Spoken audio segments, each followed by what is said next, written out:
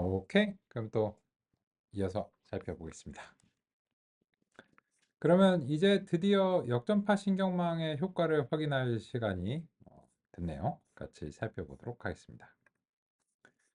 그러면 이제 원칙은 이제 아실 거고, 이제 모델 애들에서 플리 커넥티드 이제 50백 하고 시그모이드 이렇게 이제 가야 되겠죠. 그리고 마지막에는 이제 플리 커넥티드 이제 100하고 10 이렇게 이제 하고 일단 이렇게 이제 끝내겠습니다. 이 왜 그러냐면 요 크로스 엔트로피 제가 이제 구현을 할 때 요 크로스 엔트로피 내부에서 소프트맥스를 처리하도록 구현을 해놨어요. 그래서 이제 보통 이제 종종 그렇게 하는데 왜 그러냐면 학습할 때는 여기에 소프트맥스로 처리된 게 필요한데 그 크로스 엔트로피의 요구 사항이라서 이제 그렇죠. 근데 실제로 예측을 수행할 때는 이 손실을 산출하는 것이 아니기 때문에 그때는 이제 생략이 가능합니다. 그래서 이제 이 학습 시점에서만 소프트맥스가 이제 적용될 수 있게 그런 식의 이제 스타일로 이제 구현했고요. 그러면 이제 우리의 신경망이 이제까지와 마찬가지로 다음 같이 이제 구현이 됐습니다. 그러면 이제는 데이터를 집어넣어서 이제 해볼 시간이죠. 그 부분은 반복하지 않고 데이터셋을 손글씨 숫자 데이터셋의 적재와 전처리는 3일차 노트북의 부분을 복사 붙여넣기 해서 준비하도록 하겠습니다. 그래서 어떻게 하는지 잘 아시죠? 찾으셔서 복사하고 여기서 이제 붙여넣으면 되실 거고요. 그리고 이제 실행은 해주셔야 되겠죠? 실행을 해서 이제 데이터가 이제 잘 준비가 됐나 확인도 이제 해주시면 되겠습니다. 그러면 이 순서를 좀 바꾸죠. 이 데이터가 이제 적재되고 이 데이터 적재하는 부분을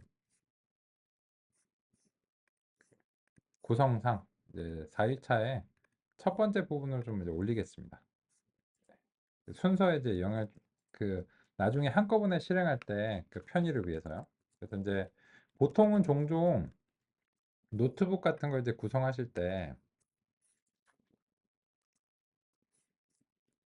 여기에 대해서 이제 데이터셋을 적재하는 부분은 이제 제일 먼저 오고 그리고 나서 이제 뭐 모형을 구성하는 이런 이제 통상적인 이제 절차니까 그래서 이제 데이터셋을 이제 적재하고 전처리하는 부분을 먼저 이제 정의를 이제 해주시고 그리고 나면 이제 이 역전파 신경망의 이제 학습 부분으로 이제 가보겠습니다. 정의는 그냥 복사 붙여넣기 한 거니까 좀 접어두겠습니다.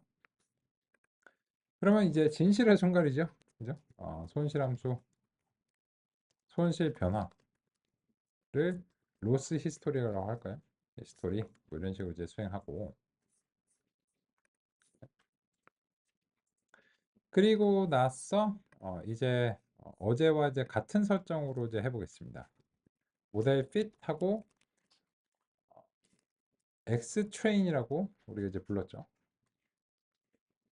그리고 이제 요 근처에 좀 갖다 놓으면 X 트레인은 위에서 정의한 이제 전처리를 통해서 트레인 이미지를 목표 형상으로 가공한 거죠.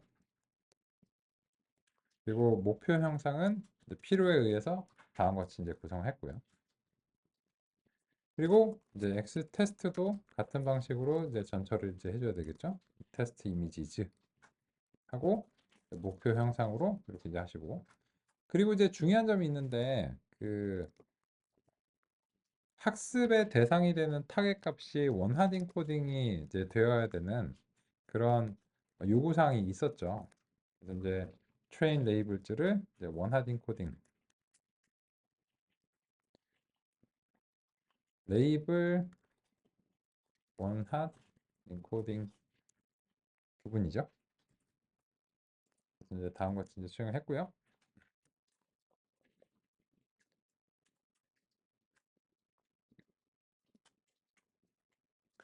그리고 나면 이제 대문자 y 트레인 이렇게 하고 그 다음에 이제 배치 크기는 이거는 이제는 논의를 드릴 예정인데 일단은 계산하기 쉬운 값을 설정하고요. 그리고 이제 학습 횟수랑 이제 이 학습 횟수는 또 배치 크기와 연관이 깊습니다. 근데 상위들의 이유로 인해서 일단 600으로 설정을 하고요. 그리고 학습률은 어제와 같이 0.1로 해보려고 합니다. 그러면 여기서 보시면 이 모형이 역전파로 구현됐다는 것 외에는 어제 가시기 전에 했던 그 설정이 동일하다는 것을 이제 확인을 해 보겠습니다. 배치 크기 100이고 학습 횟수 600이고 학습률이 1.0이고 X 트레인 6만 개, 그죠? Y 트레인은 이제 0부터 9까지에 대한 원하드 인코딩. 그러면 이제 이 모형이 어제와 다르게 구현됐다는 것 외에는 이제 동일한 이제 설정입니다. 그래서 이제 어제 이제 가장 아래쪽에 이제 가서 보시면 여기도 이제 이런 식으로 했죠. 그래서 배치 크기 100에 학습 횟수 600에 학습률 1.0, 0.1이고 요게 대략적으로 10시간 걸렸습니다. 그죠? 그 10시간이 걸려서 최종적으로 손실이 600번 수행했을 때 손실이 한 1.0 언저리에서 형성이 됐고 그 결과 이 정확도는 한 70% 정도의 정확도를 획득을 했죠. 그게 10시간이 이제 걸렸는데 이제 동일한 설정, 동일한 모형, 모형 구성, 그리고 동일한 데이터지만 역전파로 이제 구현한 것이 잘 될 것인가 한번 확인해 보겠습니다. 잘 안 됐네요. 에폭수 참, 왜 제가 구현을 에폭수로 바꿨습니다. 이 에폭수를 1로 설정할게요. 음. 그러면 이거는 이제 이 에폭수 1이 결과적으로는 600번의 학습을 수행을 합니다. 근데 이거를 실행하는데 1초가 채 안 걸립니다. 이거는 이미 예고 드린 바인데요. 그래서 수치미분으로 구현했을 때 같은 구성이 10시간이 걸렸습니다. 근데 역전파로 지금 구현을 한 것을 같은 설정으로 했을 때 1초가 안 걸렸어요.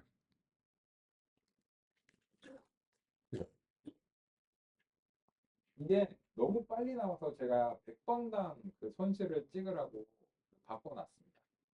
그래서 이거를 실행하면은 거의 실행하시자마자 끝날 거예요. 그리고 손실이 이제 얘가 성능이 좋아지는 건 아니에요. 연산 속도가 빨라지는데 같은 구성이면은 어제의 손실과 비슷한 손실로 끝나줘야 돼요. 그래야 동일한 구성이거든요. 그래서 이제 1 언저리에서 지금 끝난 것을 확인할 수 있는데 다만 이번에는 1초 미만으로 시간이 소요가 된다라고 하는 것이 이제 핵심입니다. 잘 되시나요? 어떠신가요? 잘 안 되시거나 어려운 점 이제는 10시간을 안 기다려도 되기 때문에 얼마든지 여러 번 실행하셔도 상관없습니다.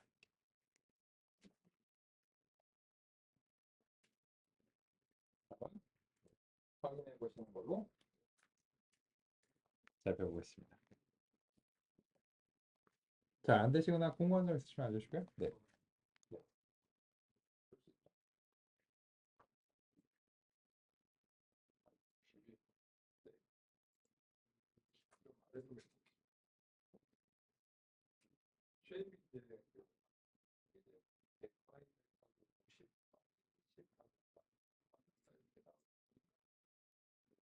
이쪽에서 데이터나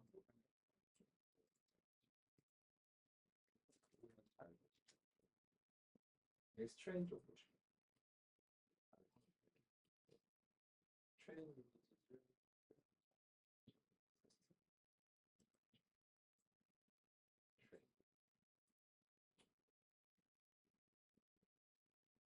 여기는 괜찮죠. 1 4 9 0 0 0 잘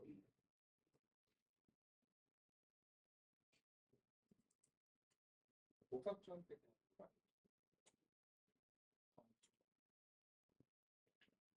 그거를 여기서 여기서부터 셀을 만들어준단 말이에요. 그리고 런 선제 선택된 셀부터 쭉 가는데 그게 이거는 X 트레인하고 Y 이제 복사부처럼 약속을 이런 X 트레인하고 Y 트레인이 네, 그러게요. 관찰을 한번 해볼까요? 만약에 이제 그 요 문제가 생기신다면 일단 첫 번째로는 요 그 X 트레인하고 Y 트레인의 그 형상 자체를 이제 프린트문으로 한번 좀 확인을 해보겠습니다.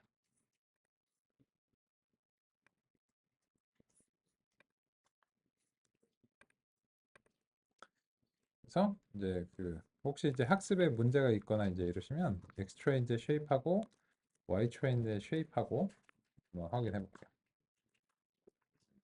요거 이제 그 같이 여기다 하셔도 이게 1초도 안 걸리기 때문에 요거를 이제 확인해서 6만 바이 784랑 6만 바이 12 맞으신지 한번 확인해 볼게요.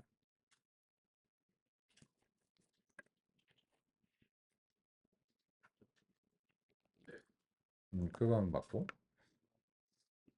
그러면은 이제 이 모형의 구성 자체가 잘 됐는지를 확인을 하셔야 될 것 같아요. 그래서 이제 요 이게 1초밖에 안 걸리지만 그래도 이제 안 되니까 잠시 주석 처리하시고 저 모형의 이제 구성에서 레이어를 이제 끄집어내 가지고 그 모델 레이어즈 이거 이제 끄집어내서 여기서 이제 그 레이어에 이제 W랑 W에 이제 쉐입하고 레이어 B에 이제 쉐입하고 요거를 한번 살펴보실까요?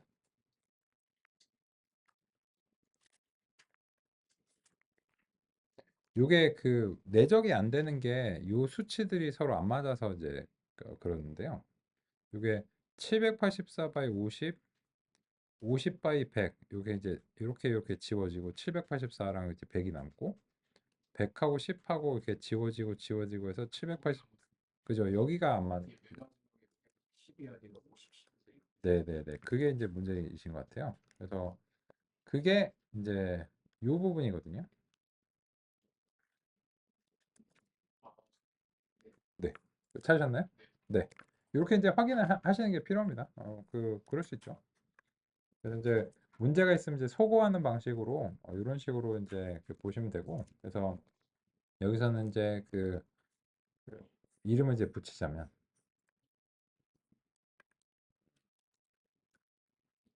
가중치 구성된 모형의 가중치 형상 확인. 의도하지 않게 뭐 이렇게 뭐 받아쓰기 하다 보니까 뭐 그런 게 들어갈 수 있잖아요. 그죠? 그래서 이제 그런 어떤 확인하시는 절차를 이제 또 살펴보시면 좋을 것 같고, 그러면 이제 아마 그게 맞으면 이제 내적 연산 이제 수행이 될 테니까 이제는 이제 로스 히스토리 요 부분을 다시 이제 활성화시켜서 이제 다시 한번 이제 해보시면 이제 좋을 것 같습니다. 그러면은 이제 다음과 같이 배치 크기 100으로 설정하고 에폭스를 1로 설정하면 요 이 두 조합에 의해서 학습 횟수가 계산되도록 제가 좀 구현해 놨어요. 결론적으로 이제 요거 계산하는 게 조금 번거로워서요. 그리고 이제 보시면 이제 600번 학습 결과 이제 손실이 마지막에 이제 1.0 정도로 끝나는 걸 확인할 수 있고, 그리고 또 이미 이제 논의 드린 대로 그 10시간 기다릴 필요가 없었죠. 그죠? 하고 끝났잖아요. 그렇습니다. 그래서 우리가 이제 어제는 쓸데없는 전력과 시간의 낭비를 했다라고 할 수 있어요. 그죠? 10시간 동안 얘를 괜히 괴롭혀 가지고 막 이렇게 막 팬도 막 돌고 뭐 이랬으니까 전력을 많이 낭비했는데 지금 이런 구현을 이제 하면 이제 현재 이 결과는 그냥 아주 저성능의 컴퓨터에서 해도 그 1초 이내로 이제 끝나게 됩니다. 그게 바로 알고리즘의 힘이죠. 한 그 한 6,000배쯤 효과적인 거죠. 잘 되시나요? 좋습니다. 그래서 우리는 5차 역전파의 파워를 살펴봤네요. 덕분에. 결론적으로 말씀드리면 역전파를 사용하지 않는 신경망은 없습니다. 그런 이유로 인해서요. 그래서 앞으로는 역전파 신경망이라고 부르지 않을게요. 좀 쪽팔리니까. 왜냐면 이거 역전파 신경망이라고 부르는 거는 그냥 약간 좀 너무 당연한 말을 이제 하는 거예요. 그래서 이제 그냥 신경망이 역전파를 사용하지 않는 경우는 이제 사실상 없다. 이렇게 보시면 되겠습니다. 그래서 이제 그 점을 이제 살펴봤고, 그러면 이제 그 성능 평가를 하는데 성능 평가는 이제 예전하고 이제 동일하게 이렇게 하시면 되니까 원하시면 이제 붙여서 넣으셔도 됩니다. 3일차 노트북의 마지막 부분을 여기다 이제 붙여넣고 채점을 이제 해보면 그 10시간을 기다린 것과 그 비슷한 수준일 겁니다. 이거는 비슷한 수준이어야 돼요. 무슨 말인가 하면 역전파가 계산을 빠르게 해준다는 거지 성능을 좋게 만들어준다는 얘기는 아니거든요. 그죠? 그래서 같은 신경망의 구성이고 같은 설정이고 같은 횟수로 훈련하면은 같은 수준의 성능이 나와야 됩니다. 근데 다만 이게 할 때마다 약간씩 달라져요. 왜 그런가 하면은 이 몇 가지의 랜덤니스가 있는데요. 그 랜덤니스는 일단 첫 번째로는 가중치들을 초기화할 때 요거를 이제 그 랜덤하게 설정하잖아요. 그리고 두 번째로는 요 배치 크기를 정하면서 또 배치 크기에 따른 랜덤니스가 지금 좀 들어가고 있습니다. 그래서 이제 그런 어떤 랜덤을 좀 따르기 때문에 그렇습니다. 근데 그러면 이제는 우리가 뭘 할 수 있냐면 예전에 처음에 우리 94%에 가까운 성능을 그 한번 이제 얻은 적이 있잖아요. 그냥 이제 학습된 가중치라고 제가 우기는 걸 이제 심어가지고. 근데 이제는 그게 필요 없어요. 어떻게 하시면 될까요? 훈련을 해서 획득을 해내면 됩니다. 그러면 에폭을 한 번이 부족하니까 10번은 어떨까요? 근데 이제는 10번을 해도 10초도 안 걸려요. 그러니까 이제는 할 수 있는데 어제의 수치미분 알고리즘으로 이걸 10번 하자고 하면 100시간 걸리니까 못 하잖아요. 그죠? 그래서 이제 10번으로 바꿔서 다시 이제 훈련해 보도록 하겠습니다. 관찰하는 코드는 요 부분은 좀 잠시 주석 처리할게요. 나중에 이제 필요하시면 다시 하시면 되고.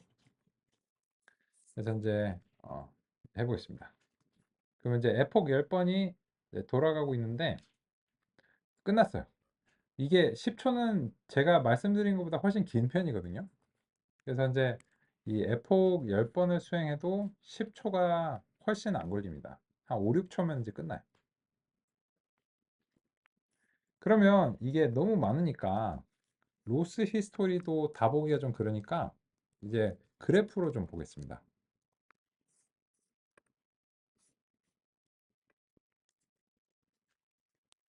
로스 히스토리가 이제 너무 많아서 그 직접 이제 관찰하는 게 좀 힘드니까 이렇게 그래프로 좀 그려볼게요.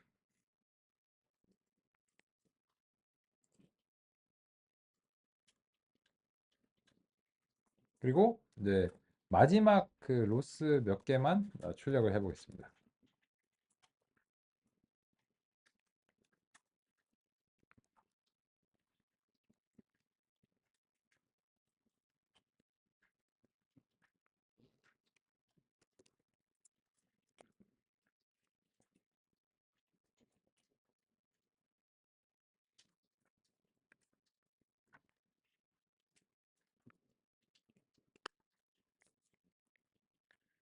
그러면 이제 보시면 이제 에폭을 10번을 설정함으로 인해서 결과적으로 이제 6,000번의 학습이 수행이 된 겁니다.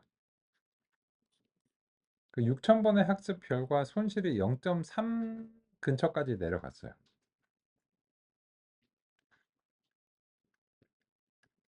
그럼 이제 꽤 많이 내려온 거죠. 그리고 나서 이제 보시면 이 손실함수가 지금 와 이렇게 내려왔잖아요. 이게 이제 경사하강이에요. 그래서 이제 제가 처음에 시작할 때는 흙수저였네요. 그죠? 막 9, 10 이렇게 이제 흙수저였는데 그럼 이제 흑수저는 또 노력을 많이 해야 되죠. 열심히 이제 해가지고 그래서 이제 금방 초창기 지점에 그 금방 많이 내려왔습니다. 많이 내려왔고 그리고 이제 이 추세적인 측면으로 이제 보시면 이제 거의 이제 0에 가까워지고 있죠. 6,000번에서요. 고 그러면 이제 그 시점에서 우리가 이 성능 평가를 이제 다시 해보면 이제 88 정도 수준인 것을 확인할 수 있어요. 그러면 더 많은 기회를 주니까는 성능이 더 올라가네요. 그죠? 90점에 이제 가까워지는 걸 이제 볼 수 있습니다. 오케이. 그래서 이제 우리가 구현한 학습 알고리즘의 동작도 하고 그리고 빠르다라고 하는 점도 이제 알게 됐는데요. 근데 충분하지 않죠. 그럼 어떻게 될까요? 애폭을 더 주는 것도 방법입니다. 방법이고 그리고 이제 이 학습률에 대해서도 한번 신경을 써보실 필요가 있어요. 왜냐면 이게 너무 젠걸음으로 가서 얘가 더디게 갱신이 되는 거일 수도 있거든요. 모르니까 그래서 학습률을 좀 세게 줘볼게요. 1.0 이런 식으로. 그리고 나서 다시 실행해 보면 뭐 한 5, 6초 걸리겠죠. 학습률을 바꾼다고 해서 더 빨라지는 건 아니에요. 그러니까 실행 속도가 빨라지는 건 아닌데 같은 횟수에서 이게 이상적인 경우에는 손실이 더 낮게 그 형성이 이제 돼야 된다는 그런 말씀이고 그래서 이제 해보겠습니다. 뭐 이제는 안 무섭죠. 이제는 실험이 안 무서워요. 이제 끝났습니다. 끝났고 그리고 이제 그 로스 히스토리를 이제 보시면 좋네요. 이게 그 아까 학습률을 이제 비교를 해보면 학습률하고 이제 그 현재 손실값하고 그 같은 에폭에서 이제 비교를 해보면 학습률이 이제 0.1일 때 그 0.3 정도까지 이제 내려왔는데 지금 이제 1.0일 때니까는 0.1 금방까지 이제 내려온 것 같아요. 그래서 이제 상대적으로 더 내려왔거든요. 0에 가까울수록 이제 좋은 거니까. 그죠? 그래서 이제 많이 내려왔습니다. 그래서 이제 그 시점에서 다시 이제 정확도를 하니까는 어떤가요?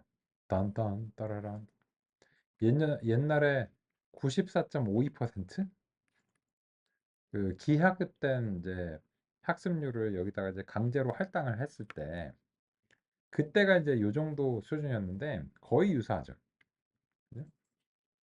그래서 이제는 이런 정도의 성능이 이런 훈련을 통해서 획득이 됐구나 라고 하는 것을 우리가 이제 확신할 수 있습니다.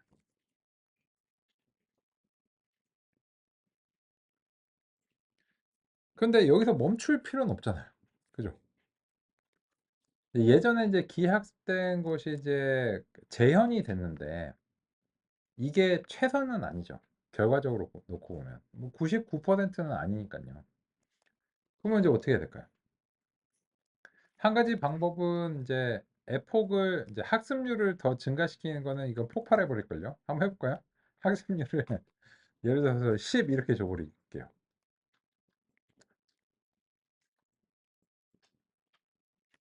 그러면 이제 보시면 이거는 제가 이제 그 손실이 폭발했다고 이제 표현하는 거예요. 이게 학습률을 너무 세게 주면 이게 오히려 거꾸로 타고 올라가 버립니다. 그죠? 그래서 학습률을 더 주는 거는 이제 이 1.0이 현재로서는 한계점을 보이죠. 이거는 이제 데이터와 모형마다 다르기 때문에 그 한계점을 아셔야 돼요. 실험적으로 보는 수밖에 없고요. 그러면은 이제 학습률을 더 올릴 수 없으니까 어쩔 수 없이 F폭을 더 늘리는 겁니다. 왜냐면 그래서 그 학습률을 한번 먼저 늘려보시고 야 이게 안 되는구나 라고 하는 한계점을 찾고 나면은 F폭을 늘려가지고 네, 더 가보는 건데 그럼 이제 20의 폭 해볼까요? 그래봤자 한 10초 걸리겠죠. 그래서 한 10초 정도 기다려 보겠습니다.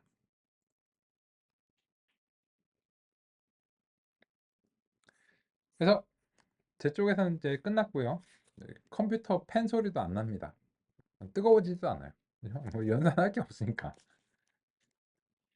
그래서 이제 보시면 오 괜찮네요. 그죠? 0.0대로 내려갔어요. 이제 여기 이제 보시면 12,000번 했거든요. 학습을. 근데 이제 0.0대로 이제 그 내려가기 시작했으니까 굉장히 낮은 손실이죠. 이제 이론적으로 완전히 이제 빵이 가장 낮은 값인데 거기에 굉장히 근접하고 있습니다. 좋아. 그래서 정확도를 이제 보면 찌끔 올라갔어요. 95.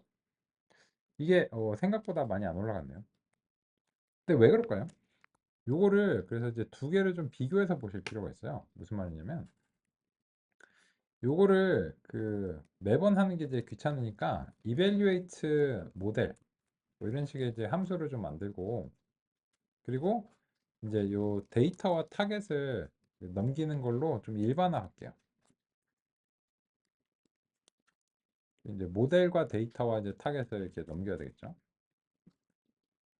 그 이제 모델에서는 그 데이터를 이제 받아갖고 이제 그 내고 그리고 그 다음에 이제 요 타겟 값을 이제 가지고서 이제 채점을 이제 해야 되겠죠. 이렇게 이제 하고 이런 식으로 이제 일반적으로 만든 다음에 방금 전에 그 결과를 이제 다시 이제 재현하는지 먼저 이제 확인해 보시기 바랍니다. 이제 모델하고 X 테스트랑 테스트 레이블즈를 넘겨서 그 아까랑 이제 동일한 결과가 이제 나오는지 이제 보시는 거예요. 물론 이제 이 테스트는 지워야 되겠네요. 그죠? 이렇게 이제 되고 그럼 이제 요거는 이제 아까 같은 스타일로 하려면 뭐 테스트 이렇게 이제 하시면 되겠죠. 근데 그 0.0인데 왜 95%밖에 안 되냐라고 하는 이제 그런 점을 이제 살펴보기 위해서 트레인 데이터에 대한 점수도 한번 이제 살펴볼게요.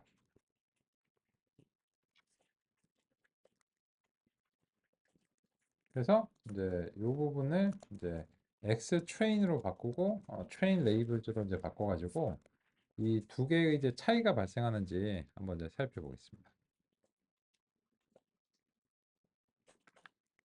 그래서 이제 이거를 이제 여러 번 해야 될 가능성이 있으니까 그 이 코드를 반복하지 않기 위해서 요 evaluate 이제 모델이라고 하는 걸로 이제 만들었습니다.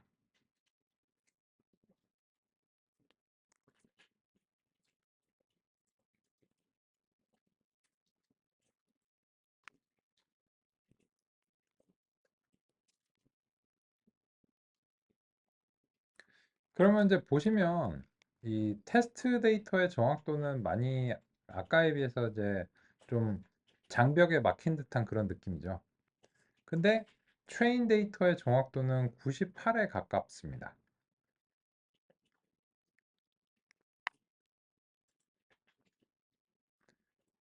그리고 이 현상을 에폭 30번을 돌려서 한 번 더 확인해 볼게요. 그래서 이제 올라가서 20, 30번, 40번 할까요? 40번 하면 20초 걸리겠죠. 그러면은 에폭 40번을 이제 해가지고 이제 끝까지 좀 그 볼게요. 그래서 이제 일일이 하는 게 좀 귀찮으니까 런 메뉴에 보시면은 현재 선택된 셀부터 아래로 순차적으로 다 이제 실행해주는 그런 게 있어요. 이제 위에 있는 셀을 수정하시고 난 다음에 아래를 다시 수정하시고자 하는 경우에 뭐 이런 선택하시면 좀 편리하겠죠. 해보겠습니다. 그러면 40번 하면 한 20초 걸릴까요? 그래서 이제 한 20초 정도 이제 기다려 보겠습니다.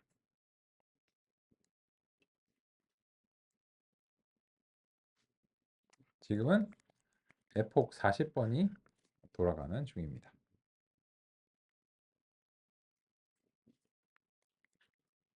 이제 끝났습니다. 끝났고 그래프 보는 거는 여기 보시면 그 아주 뭐 0점대로 이미 이제 들어간 지 오래예요. 오래고 그리고 이제 그 보시면 이벨루에이트 모델에 보시면 훈련 정확도가 99%에 이제 달합니다. 이게 바로 손실이 거의 0에 가까우면 이렇게 되는 거죠. 그러신가요? 그래서 그 현재 모형의 이제 구성을 계속 밀어붙이면 이게 우리 선생님께서 아까 논의 주신 게 손실이 안 내려가면 어떡하냐. 안 내려갈 수 있어요. 안 내려갈 수 있는데 지금의 경우에는 내폭을 계속 밀면 내려가요. 거의 0에 가까워졌어. 나머지는 약간 그냥 그 잡음 같은 그런 급이잖아요. 99%까지 내려가니까 사실상 손실이 거의 0에 가까워진 상태입니다. 그런데 테스트 정확도가 95에서 올라가기를 거부하고 있어요. 이게 안 쫓아오거든요. 이런 문제가 이제 기계학습에서는 과정합의 문제다라고 이제 서술하는 이제 그런 부분.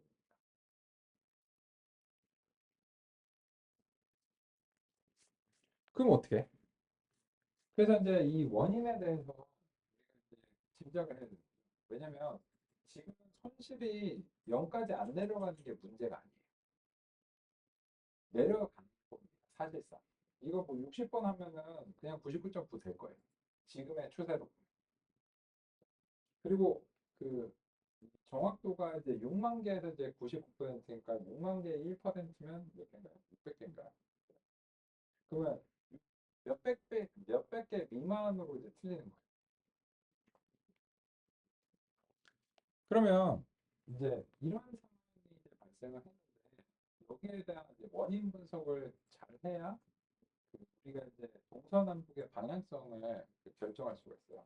동서남북의 방향이라는 건 비유인데 어디를 건드려야 될까요? 데이터가 잘못된 건가, 모형이 잘못된 건가, 설정이 잘못된 건가? 이런 세 가지 질문을 소고하면서 이제 살펴봐야 돼요.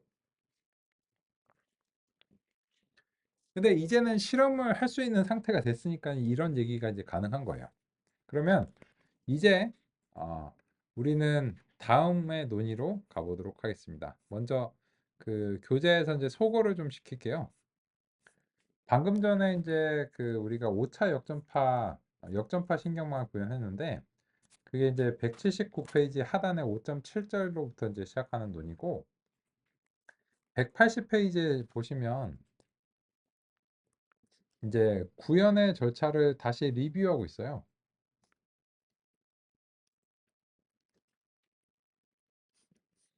왜냐하면 절차가 다르지 않기 때문입니다. 그래서 180페이지 그 5.7.1절을 보시면 미니 배치 요거 이제 얘기를 이제 드릴 예정이고요. 경사 산출을 하는데 여기가 다른 거죠. 이게 역전파로 간다. 그리고 3단계 갱신 요거는 여전히 그냥 경사 하강 그레디언트 디센트로 수행하는 부분은 이제 똑같고 그래서 사실상 요게 이제 수치 미분에서 역전파로 달라진 거밖에 없다. 그래서 이제 리뷰다라고 이제 하는 거고요. 그리고 이제 이 구현을 살펴보시면 182페이지 우리랑 많이 다릅니다. 그죠? 그래서 이제 요 그 182페이지의 구현을 보시면 교재는 투 레이어 넷 이렇게 해가지고 계층을 하드 코딩을 해놨어요. 그죠? 그리고 이제 여기서 그 활성화 함수를 시그모이드가 아닌 렐루로 바꿔놨거든요. 그래서 이제 좀 비교가 어려운 방식으로 이제 되어 있고 이게 재활용이 어려운 방식으로 되어 있어요. 무슨 말이냐면 계층이 지금 어, 두 개 계층만을 사용하는 걸로 강제해 놨기 때문에 세 개나 네 개나 한 개로 바꿀 수가 없는 그런 구현이에요. 그죠? 그래서 이제 좀 일반성이 떨어지는 이제 구현이라서 참고하지 않고 있습니다. 그렇고요. 그랬어. 우리는 이제 좀 더 일반적으로 이제 했고 그 어제 그 184페이지는 이 부분도 이제 살펴봤습니다. 뭐냐면 오차 기울기를 구하는 두 가지 방법이 하나는 수치 미분이고 또 하나는 이제 역전파인데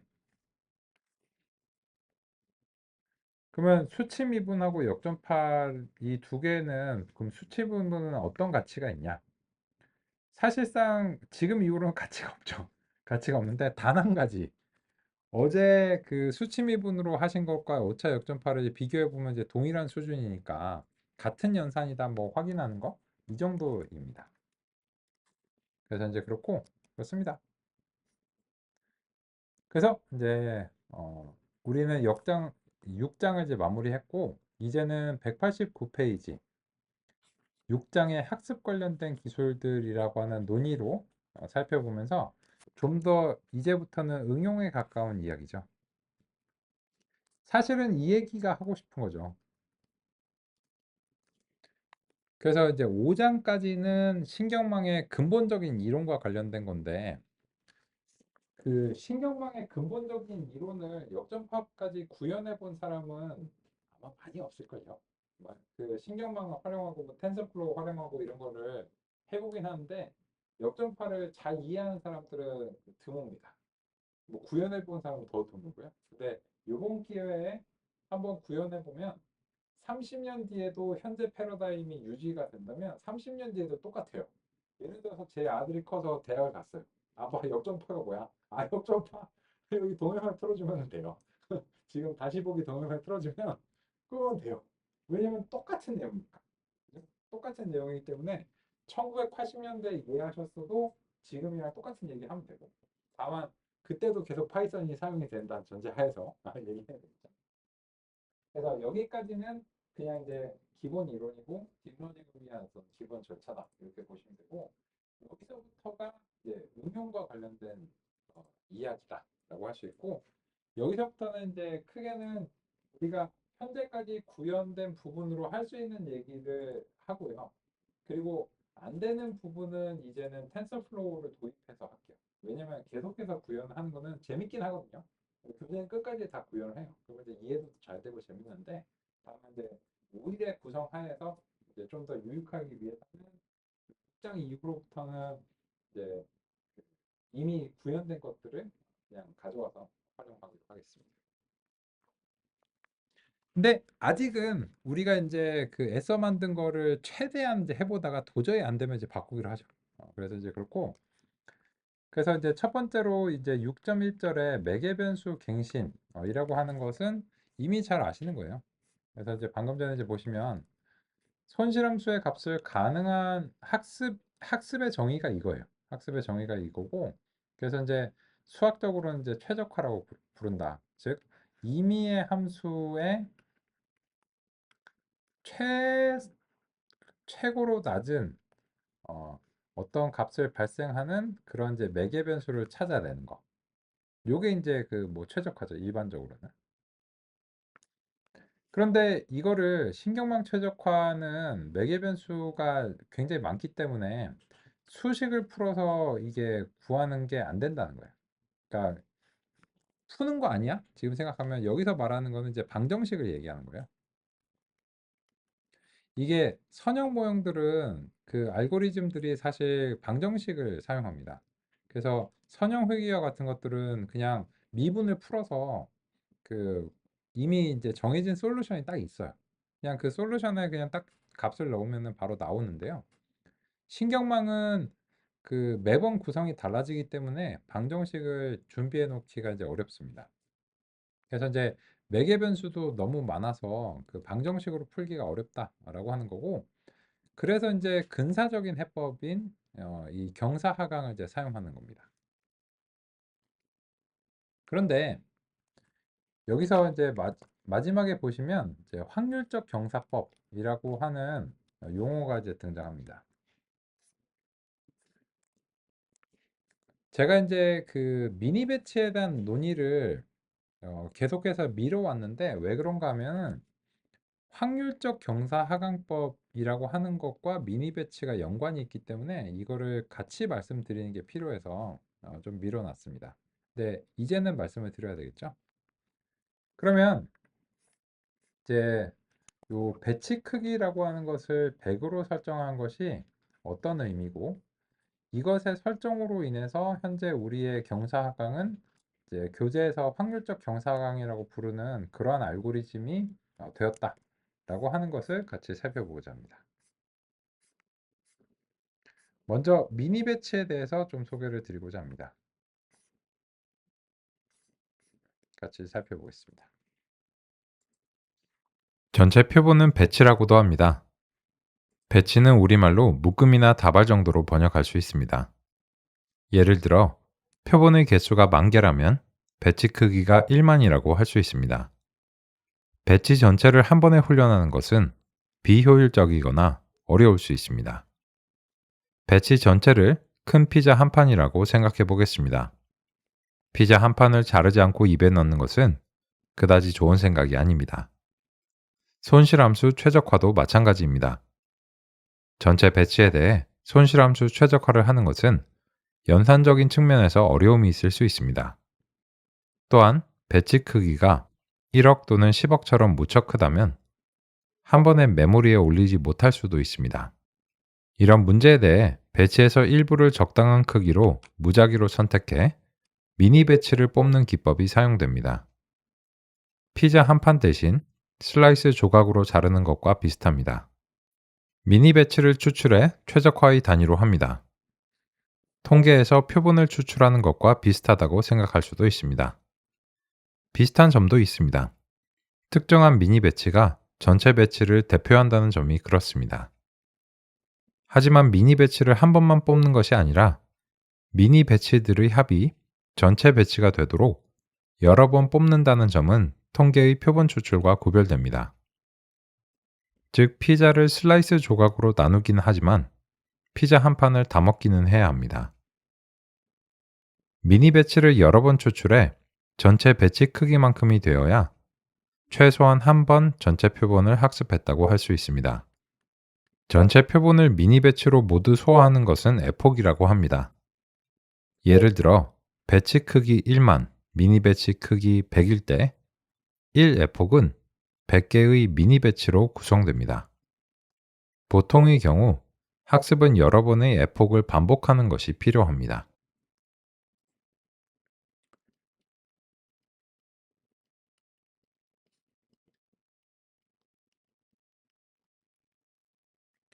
그러면 같이 한번 이제 살펴보겠습니다. 우리는 이미 배치 단위로 처리를 하고 있잖아요. 근데 요 배치를 한 방에 집어넣고 연산을 하면은 라지 사이즈 피자 한 방에 이렇게 꾸겨 넣는 거랑 비슷해요. 그래서 이제 연산은 이제 비효율이 이제 발생할 수 있는데, 그래서 적당한 크기로 잘라서 먹어치우겠다. 간단하지. 되게 이제 간단해. 그래서 이제 그 적당한 이제 배치 크기를 이제 정하여서, 그래서 계산하기 쉽게 이제 얘가 10,000개고 얘를 100으로 설정했다. 그러면 이게 전체 피자가 100조각으로 나눠지는. 그러면은 이 피자 조각을 다 먹기는 해야 되거든요. 우리가 이제 제공한 샘플들을 다 소화하지 않으면 그냥 표본 추출밖에 되는 게 아니니까 다 이제 해야 되는데, 그냥 이게 미니 배치입니다. 그러면 이제 계산을 한번 해보겠습니다. 여기서 이제 보시면 우리의 그 데이터가 6만 개예요. 그러면 그리고 배치 크기를 100으로 설정한 상태입니다. 그러면 6만 나누기 100 하면 한 판이 600조각이 됩니다. 그리고 그 한 판을 종종 에폭이라고 부릅니다. 그죠? 그래서 이게 그 예전과는 다르게 이제 에폭으로 그 설정하도록 바꾼 이유가 뭐냐면, 이 배치 크기를 이렇게 설정하면 학습의 수를 2번 이렇게 하면 안 된다는 거예요. 그러니까 그건 뭐랑 비슷하냐면 피자집에 이렇게 전화를 해갖고 4분의 3판 주문할게요. 이렇게 하면 안 되겠죠. 그러니까 거기서도 주문할 때 뭐 한 판이냐 두 판이냐 이렇게 주문을 해야지 4분의 3판을 주문하면 안 되잖아요. 그죠? 그리고 또 주문해서 왔는데 4분의 3판이 들어있으면은 안 되겠죠. 그죠? 그래서 반드시 배치 크기를 설정해서 연산의 효율을 높이는데, 여기에 대해서 그 배치 크기당 여기 F를 지정을 해야지 이게 이제 된다는 겁니다. 그런데 그러면은 이제 문제점이 있어요. 뭐냐면 이게 6만 개를 제공했는데 실제로는 손실함수를 구할 때는 이 100개를 가지고서 손실을 구하게 되니까 전체 데이터에 대한 지형이 형성이 되는 게 아니고 그 중에 일부만 선별적으로 선택이 돼서 지형이 형성되는 거죠. 그러면 이럼으로 인해서 손실함수가 근사지형이 되게 됩니다. 그게 이제 무슨 말인가?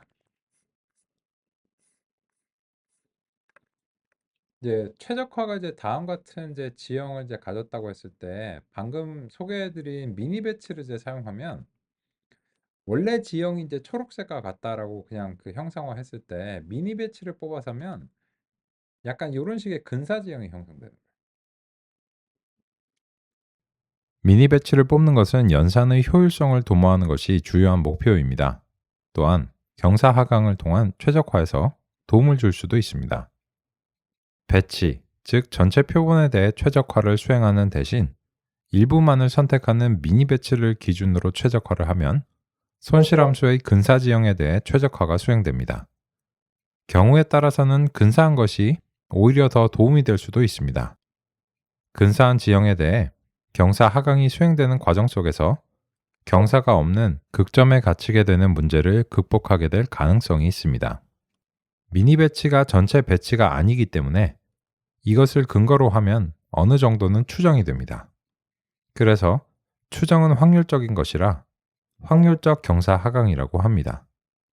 확률적이라는 영어 단어 스토캐스틱이 경사 하강을 의미하는 그레디언트 앞에 서술되어 스토캐스틱 그레디언트, 줄여서 SGD라고 합니다. 경사 하강의 공식은 완벽히 동일합니다. 차이점은 그러한 공식이 대상으로 하는 손실함수의 지형입니다. 미니 배치에 대해 구성된 손실함수의 지형이 전체 배치에 대한 근사값입니다. 또한 이러한 지형은 미니 배치가 매번 달라지면서 조금씩 달라집니다. 그래서 혹시 이전 미니 배치에서 극복하지 못했던 극점이 있다면 다음 미니 배치에서 다른 형식으로 지형이 구성되었을 때 극복될 수도 있는 기회를 가져본다고 할 수 있습니다. 그러면 이제 보시면 이 경사 하강을 수행하기는 하는데 이제 전체 데이터가 아닌 일부만을 선별하는 그 미니 배치를 선택하는 경우에는 이제 예를 들어서 어떤 미니 배치 1번을 선택해서 손실함수의 지형을 그렸을 때 이런 식으로 이제 그려진다 라고 형상을 해봤고 또 다른 미니 배치 조합을 해야 하니까는 이런 식으로 근사한 지형이 형성됐다 이렇게 이제 형상을 해봤습니다. 그러면 이건 이제 뭐에 비유할 수 있냐면 투표에서 출구조사에 비유할 수 있습니다. 그러니까 출구조사는 왜 하냐면 빨리 알고 싶어서 그렇죠. 그러니까 투표를 했는데 저녁 먹을 때쯤에는 대강 알고 싶어요. 근데 실제 뭐 대통령 선거나 이런 것들은 시간이 되게 많이 걸리잖아요. 그래서 뭐 다음 날이나 뭐 이렇게 이제 알 수 있는데 그래서 그 효과적으로 출구조사를 잘 하면 거의 근사하면서도 빨리 알 수 있죠. 그런 것과 마찬가지의 효과를 노리는 것이 이제 미니 배치다라고 알 수 있습니다. 그러면 이제 다음으로 우리가 살펴봐야 되는 점은 무엇이냐면 미니 배치의 값이 얼마로 설정하는 것이 바람직한가? 그리고 그게 성능에 영향을 미칠 수 있는가? 라고 하는 점이 이제 우리의 다음 논의가 되어야 될 것 같습니다. 그러면 이제 그 우리가 배치 만약에 아우 나는 그런 거 싫어. 나는 그 근사한 거 싫고 그냥 나는 확률적 경사가 이런 거 안 할래. 그렇게 하면 어떻게 하시면 될까요? 배치 크기를 샘플의 개수만큼 6만짜리로 하시면 돼요. 그러면은 나는 안 할래. 나는 안 할 거고. 그러면은 요거를 에폭을 한 번만 돌려볼게요. 그죠?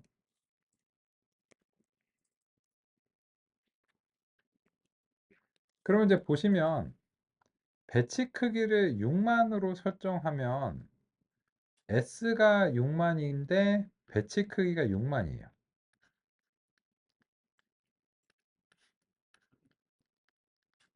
그러면은 한 조각이 에폭을 구성하겠죠. 그죠? 그런 이유로 인해서 요 에폭을 한 번 돌렸을 때 배치 크기 6만으로 하면 에폭에 대해서 학습 횟수가 한 번이 되는 겁니다. 그래서 에폭당 한 조각이 이제 된다. 이렇게 표시를 했고, 그래서 학습이 딱 한 번만 수행이 됩니다. 그리고 한 9.5와 같이 굉장히 높은 손실임을 확인할 수 있습니다. 야, 근데 그 네 말대로 이게 그 6만이면 시간이 되게 오래 걸릴 것 같아서 내가 좀 긴장했는데 별로 오래 안 걸리네 라고 생각하실 수 있는데, 이게 비교를 공정하게 하셔야 돼요. 그 이야기는 쉬는 시간 이후에 이어서 살펴보겠습니다.